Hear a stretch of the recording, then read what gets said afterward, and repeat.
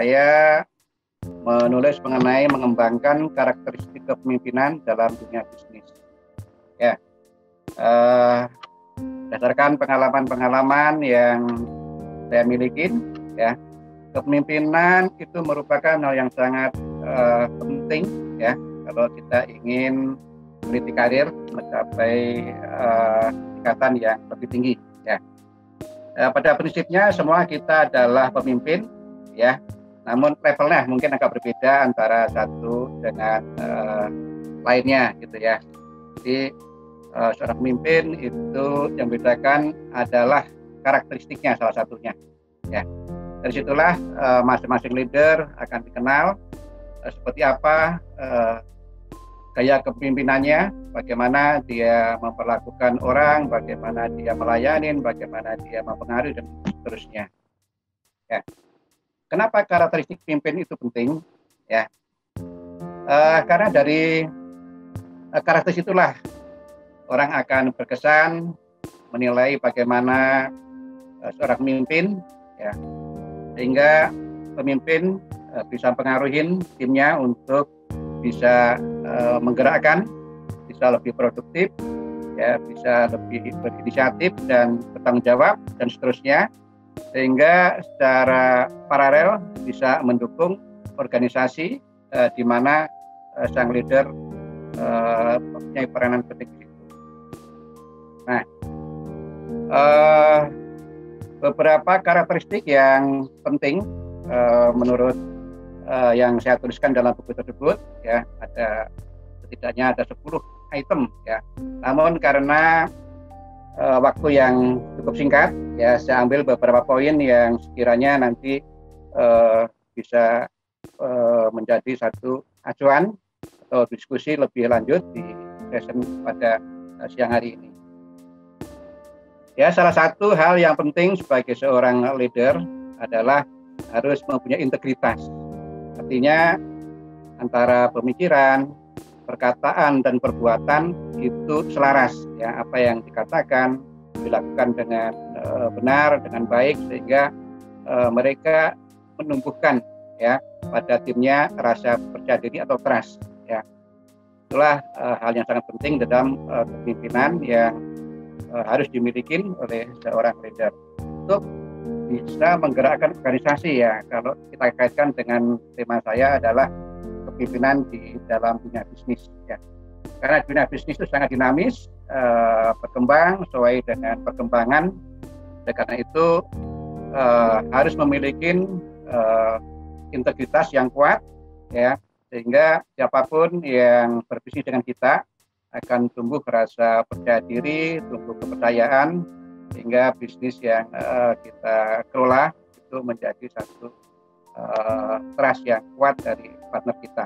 Yakin bahwa kita bisa bersama dengan mereka, bisa tumbuh kembang sehingga bisnis tumbuh berkembang dengan baik, ya, sehingga bisa memberikan manfaat buat timnya, buat masyarakat, buat siapapun yang berinteraksi langsung maupun tidak langsung dengan produk kita.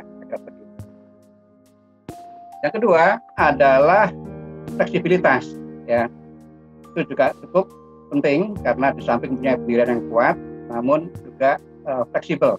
Artinya dengan dinamika yang terus tumbuh berkembang di dunia bisnis, itu fleksibilitas juga menjadi satu seni dalam leadership untuk mengantisipasi berbagai perkembangan yang mungkin terjadi. Ya, punya visi ke depan, misi ke depan, bagaimana mencapainya dengan berbagai lika-liku dinamika organisasi sehingga bisa mengantarkan organisasi mencapai visi-misi yang telah ditetapkan di awal. Nah, lantas yang ketiga, selain integritas dan fleksibilitas, yang tidak kalah pentingnya adalah gaya komunikasi. Ya, gaya komunikasi itu memiliki peran yang sangat strategis, ya. Kalau seorang pakar mengatakan bahwa ibaratnya itu seperti darah yang mengalir dalam tubuh kita, ya. Karena dari pagi, siang, sore, malam, seorang leader itu tetap harus berkomunikasi dengan timnya, sehingga komunikasi yang bagus itu sangat menentukan keberhasilan atau sebaliknya, ya. Karena kalau komunikasinya terputus, informasinya terputus karena komunikasi kurang bagus, itu akan berdampak kepada organisasi yang kita pimpin, ya, maju atau mundurnya. Itu salah satu hal yang penting yang sangat penting adalah komunikasi, ya.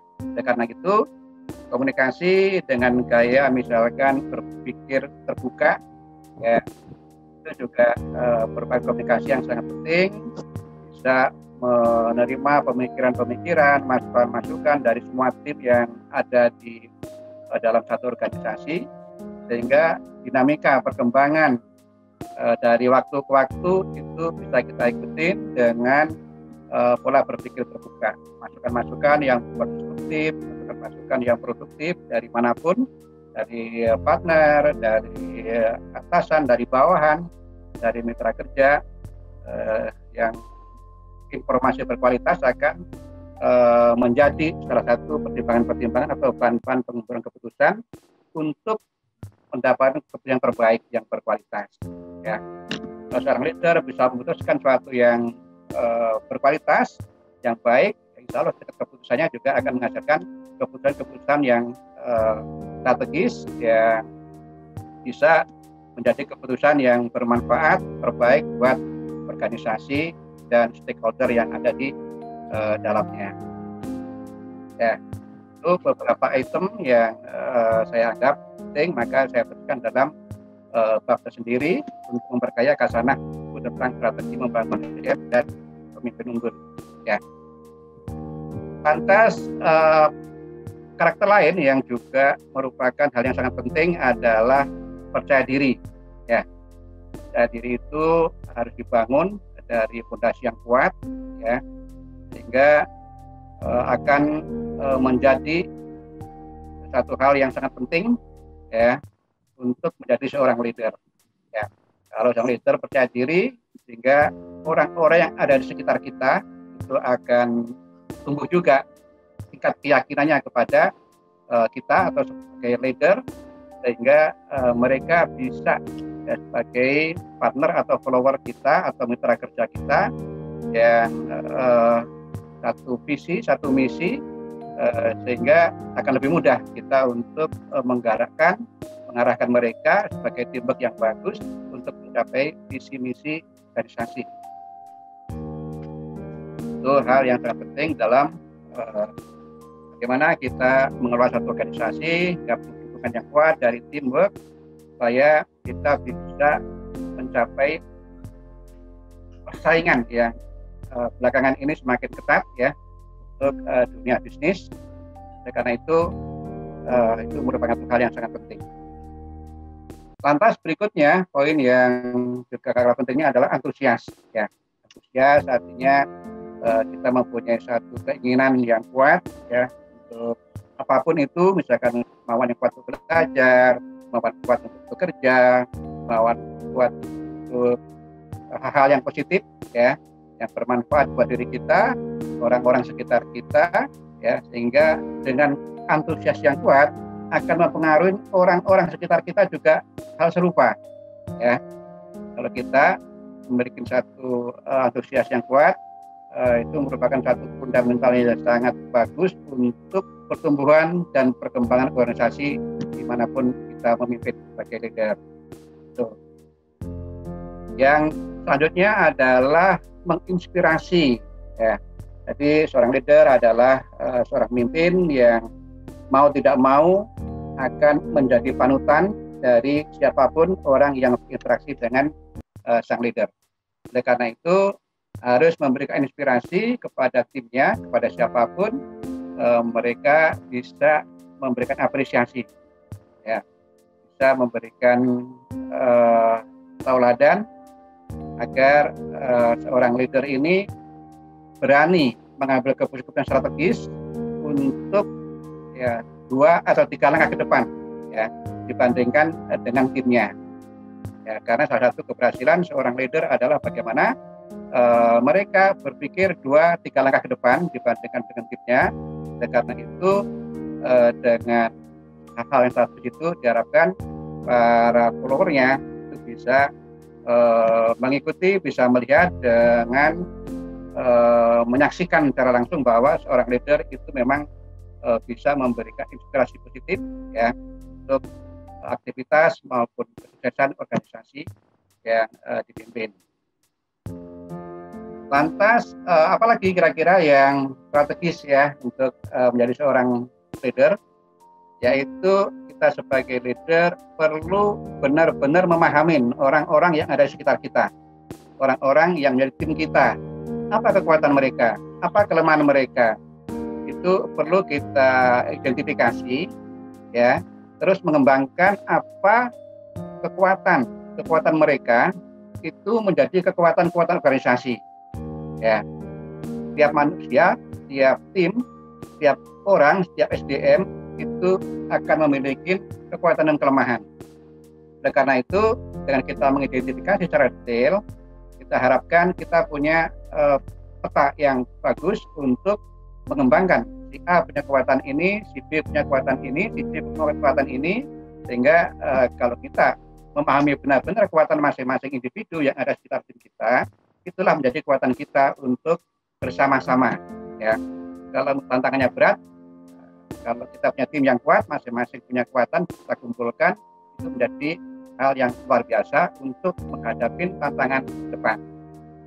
Jadi penting sekali kita memiliki apa yang menjadi potensial, bisa kita kembangkan, kekuatan kita itu yang terus kita arahkan untuk menjadi satu unggulan ya organisasi kita, supaya organisasi ke depan bisa tumbuh dan berkembang dengan baik. Nah, hal yang juga tidak kalah pentingnya dalam berinteraksi kita mengelola atau memimpin sebuah organisasi adalah kita, kalau saya lebih cenderung memberikan reward ya, reward punishment.